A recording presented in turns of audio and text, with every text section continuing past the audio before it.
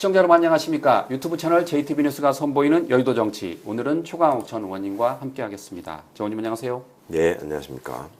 이제 지방선거가 얼마 남지 않았습니다. 그러네요.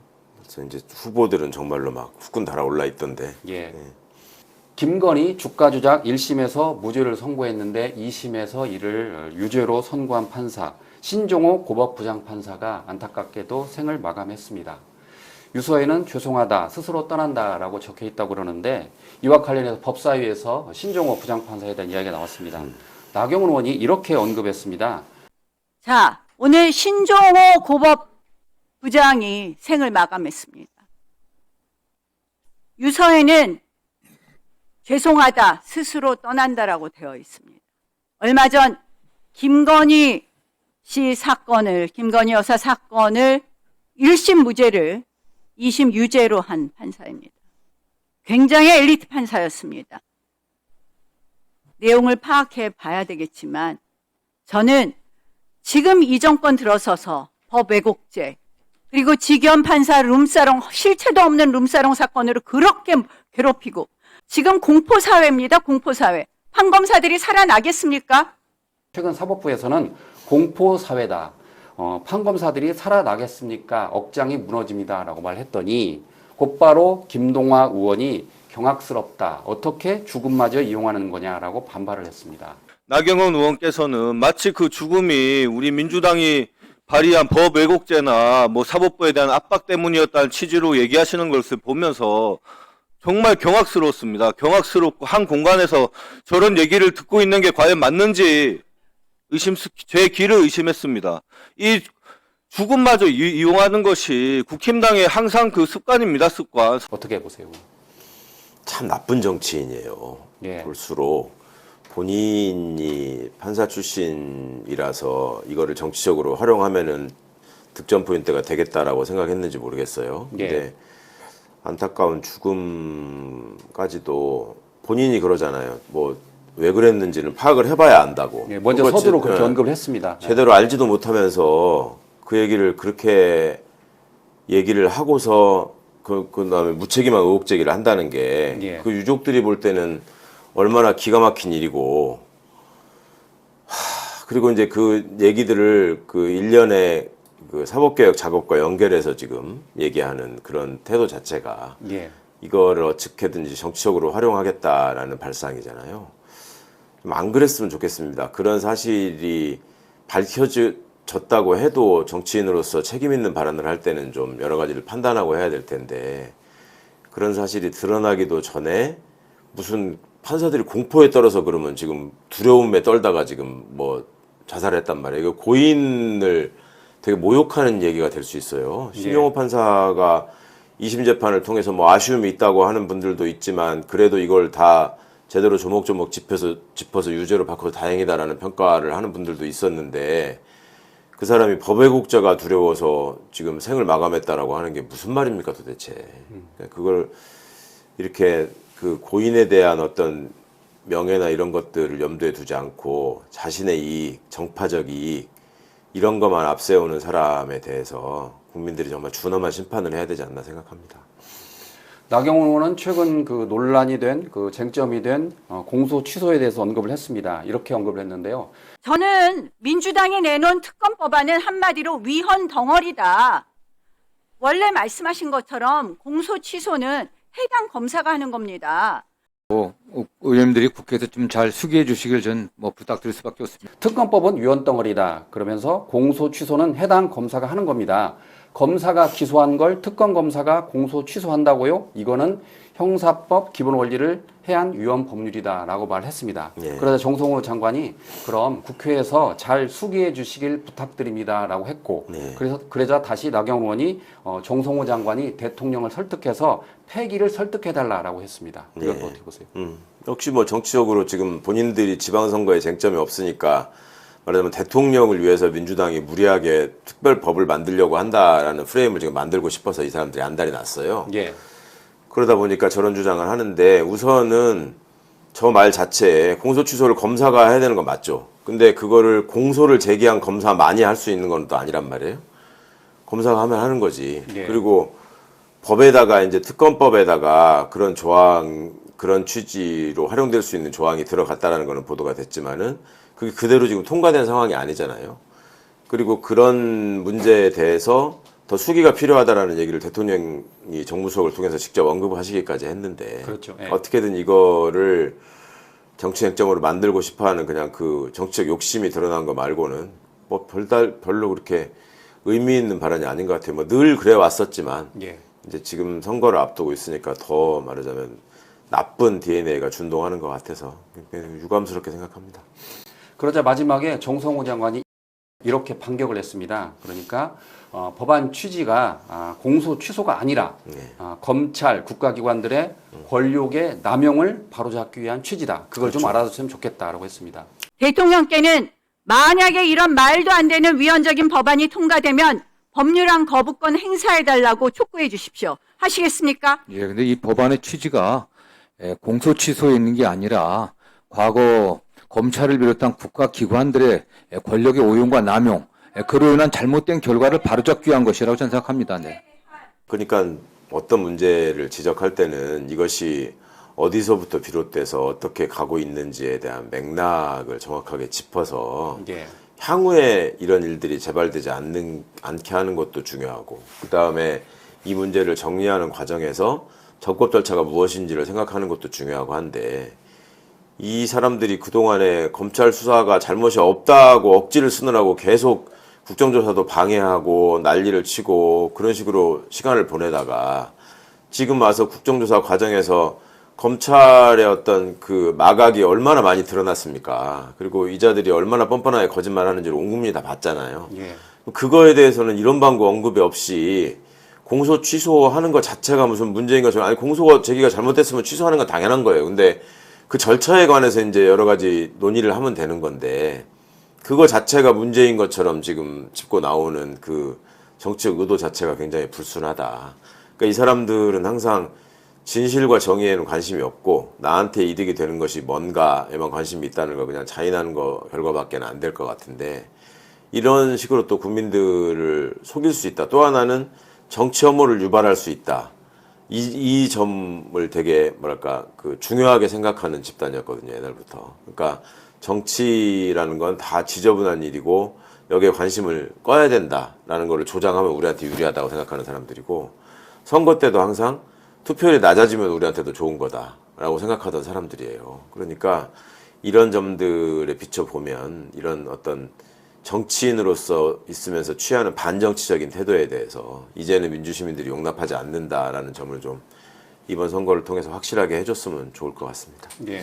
결국 이게 불거진 게 검찰의 조작 기소 때문이잖아요. 그렇죠. 네. 모든 문제가 검찰이 잘못된 수사 행태들을 통해서 증거도 없이 내지는 증거를 조작해가면서 지금 기소를 하기 위해서 오로지 당시 이재명 대표를 타겟으로 해서 모든 걸 만들어가는 과정 이런 것들이 상당 부분 지금 드러났잖아요. 예. 그럼 그거를 그냥 놔두자는 말이에요.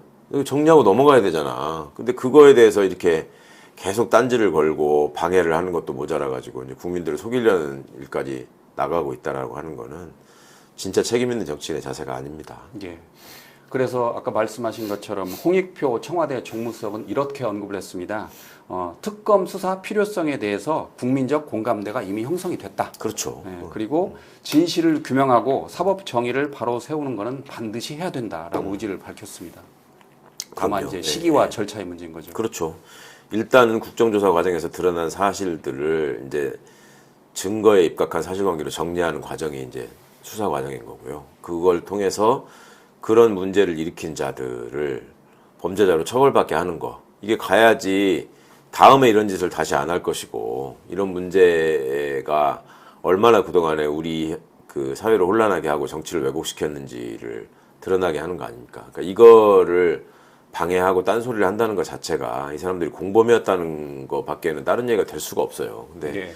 제발 좀 억지를 쓰는 정치를 안 했으면 좋겠는데 본인들은 늘 그래왔으니까 우리는 하던 대로 한다라고 생각할까 봐 걱정이에요. 그런데 국힘은 아까 말씀드린 것처럼 나경원 의원 물론 그 장동혁 대표도 그렇고 예. 그 다음에 그 야권 지방선거 후보들까지 이 문제를 쟁점화하려고 하고 있잖아요. 그렇죠. 예. 본인들도 이제 선거를 어떻게 치를 것인가에 대해서 여러 가지 나름 여론 추이도 파악하고 여론조사도 해보고 할 텐데 이게 먹힌다고 생각하는 것 같아요.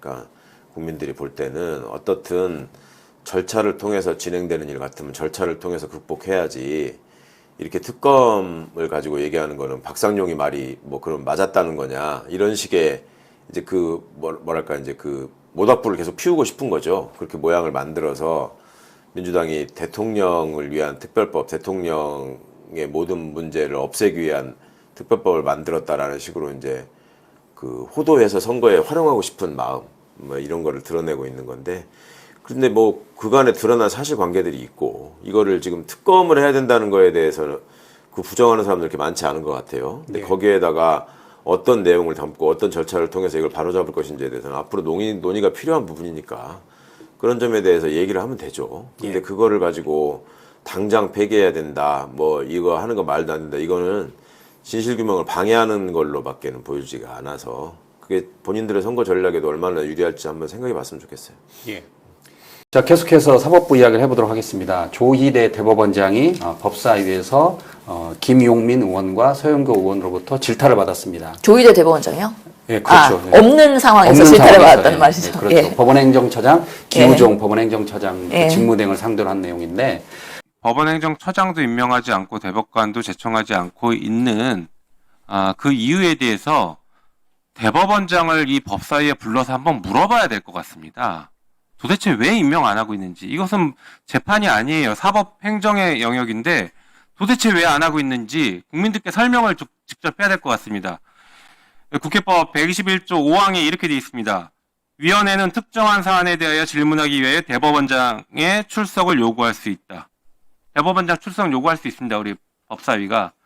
국회법에 따라서 대법원장 출석 요구해야 된다라고 생각합니다. 내란범을 구속하지 않아서 그 내란범이 작년 12월 3일 날 구속영장이 기각되는 바람에 이번에 대구시장 출마하지 않습니까? 왜 법원에서 내란범을 풀어줘 버려가지고 이런 지금 위헌적인 상황을 만듭니까? 법원이 도대체 뭘 하고 있는 겁니까? 내란 극복을 위해서 뭘 하고 있습니까? 잘 아시는 것처럼 지금 대법관이 2달째 공석 그리고 9월에 또 다른 대법관이 지금 퇴임을 한다는 거예요. 예. 그리고 법원행정처장은 여전히 공석. 이거 지금 왜 이대로 놔두느냐. 그리고 또 하나는 현직 부장판사, 전주지방 부장판사 재직 당시에 이제 뇌물 수수 이것도 의혹이 쇼크네요. 불거졌고요. 예. 놀라운 일이죠. 예. 그리고 김용민 의원이 이런 이야기를 했습니다. 당시 그 내란 재판부 관련해서 추경호 전 국민의힘 원내대표를 예. 영장 기각을 하는 바람에 예. 지금 대구시장 후보로 나오지 않았느냐. 왜 사법부는 내란 관련해서 이렇게 확실한 매듭을 짓지 못하느냐라고 비판을 했습니다. 그러니까 지금 지방선거 하면서 추경호 의원이 나와가지고 또 대구시장에서 김부겸 후보와 박빙이잖아요. 예. 그것도 참 안타까운 일이에요. 여론조사가 지금 박빙으로 나옵니다, 지금. 예, 쉽지 않아요, 대구도. 그래서 최선을 다해야 되고, 정말 이겨도 겨우 이길 것 같은 상황이기 때문에 그런 좀 가슴속에 회한과 원망이 있는 거죠. 어떻게 보면은 출마할 수 있는 명분을 사법부가 준 거 아니냐에 대한 진보 진영의 원망이 분명히 있을 수 있다고 생각을 하고요. 제가 보면은 지금 하여튼에 법사위가 뭐 선거 때문에 약간은 관심에서 조금은 떨어져 있긴 하지만 그럼에도 불구하고 지금 사법부가 내란을 제대로 정지하고 있느냐, 도대체 하는 일이 뭐냐라고 할 때 답변이 재판 열심히 하고 있습니다. 이러더라고요. 그러긴 하는데 지금 법원 행정처도 직무대행. 대법관 지금 임명도 안 하고 뻗대기 하고 있잖아요. 아니 대통령이 추천해갖고 임명을 하게 되면은 대법관이 그거에 대해서 같이 응하면서 빠르게 사법과 돌아갈 수 있도록 협조를 해야 되는데 지금 엄청나게 버티기 하고 있는 게 바로 조희대 대법관이 그런 부분에 있어서 대법원장이 다 이거 관장하고 있는 거 아니냐. 그렇기 때문에 법사위에 조희대 나와서 소명해라, 설명해라. 그럴 수 있는 법적 근거가 법사위에는 출석의 의무가 있잖아요. 예. 그래서 국정조사 할 때부터 해가지고 계속해서 나오라고 했는데 아직까지 안 나오고 버티고 있으니까 김용민 의원이 이번에도 다시 한번 꼭 나와서 이런 것도 소명을 해야 되는 거 아니냐라고 문제 제기한 거라고 보여요.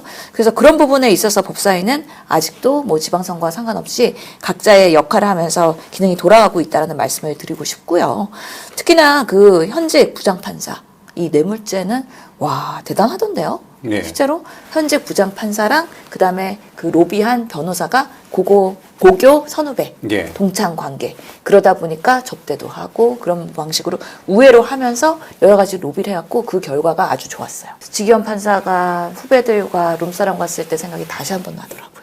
그래서 그런데 지금의 지금 사법부가 그 부장판사와 변호사는 혐의를 완강히 부인하고 있습니다. 그래서 김용민 의원이 이거 국민 참여 재판을 해야 되는 거 아니냐라고 했는데 공수처 배포한 보도자료입니다. 혹시 보셨는지 모르겠는데 전주지법 부장판사가 현직 부장판사가 지금 오늘 기소가 됐습니다. 알고 있습니까?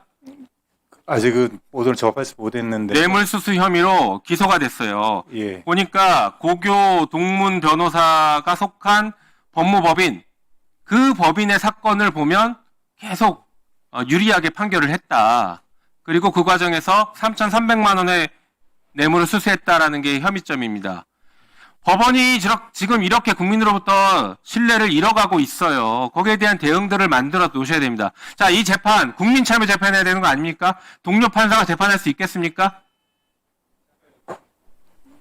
그 신청과 참여재판 신청이 있으면은 충분히 검토할 만한 사안이라고 생각합니다. 국민 참여 재판을 사법부에서 받지 않을 거라는 거예요. 이게 그래도 참여재판 해야 되는 거 아니냐 했을 때 그런 요청이 들어오면은 검토하겠습니다라고 긍정적으로 답변을 하더라고요. 예. 그러긴 한데 이게 정말 판사들끼리도 결국에는 본인들 봐주기 결국엔 재판 가는 거 아니냐에 대한 불신이 있을 수밖에 없는 그렇죠. 거죠. 예. 검사들끼리도 본인들끼리 봐주기 하면서 징계도 안 하고 옹의했던 것처럼 사법부가 그러면서 신뢰를 계속 잃게 되면은 결국에는 사법개혁해야 된다는 목소리가 이만큼 더 커질 수밖에 없거든요. 그럴 때 그 사법부에 정말 열심히 하는 판사들과 여러 사법부의 사람들은 그 원망을 누구한테 할 수 있겠습니까? 그래서 이런 것들을 빠르게 잘라내야지 적어도 우리 국민들이 삼권 분립에서 권한을 위임해준 사법부가 기능을 제대로 유지할 수 있다. 안 그러면은 검찰청 해체처럼 사법부 해체 얘기 나옵니다. 그러기 전에 제대로 이런 부분은 명확하게 소명하고 정제해야 된다고 생각합니다. 예. 자, 다음은 지방선거 이야기를 해보도록 하겠습니다.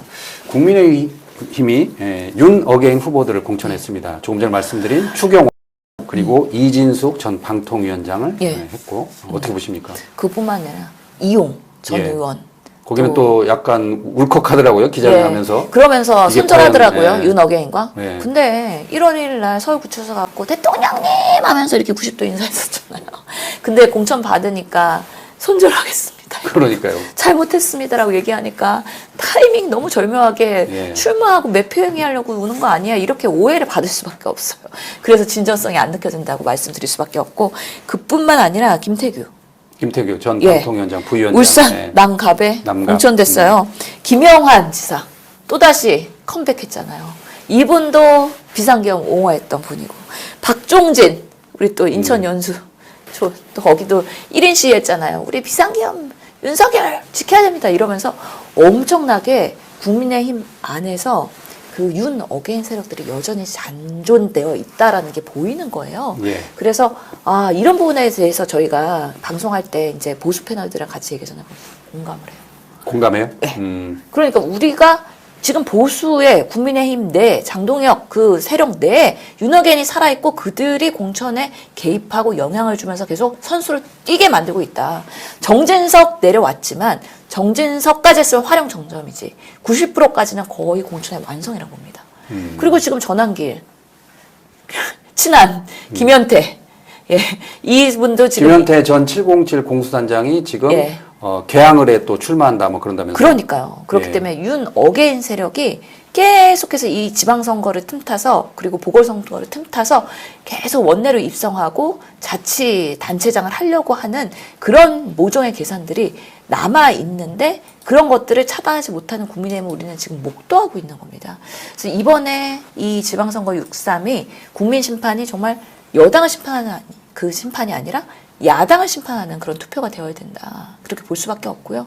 그러면서 이런 사람들이 계속 공천하면서 현장에서 우리 윤석열 지켜야 됩니다. 부정선거 문제 있습니다. 이런 식으로 주장을 하면 할수록 사실은 합리적인 보수의 목소리는 멀리 날아가는 거죠. 여전히 지금 보수, 국민의힘 답 없다. 미래가 없어 보인다. 안타까움이 있습니다. 어제 통과되긴 했지만 지난번 육아휴직 확대에 대한 법안이 지금처럼 미뤄지고 나서 한 워킹맘이 저에게 이런 문자를 보내왔습니다.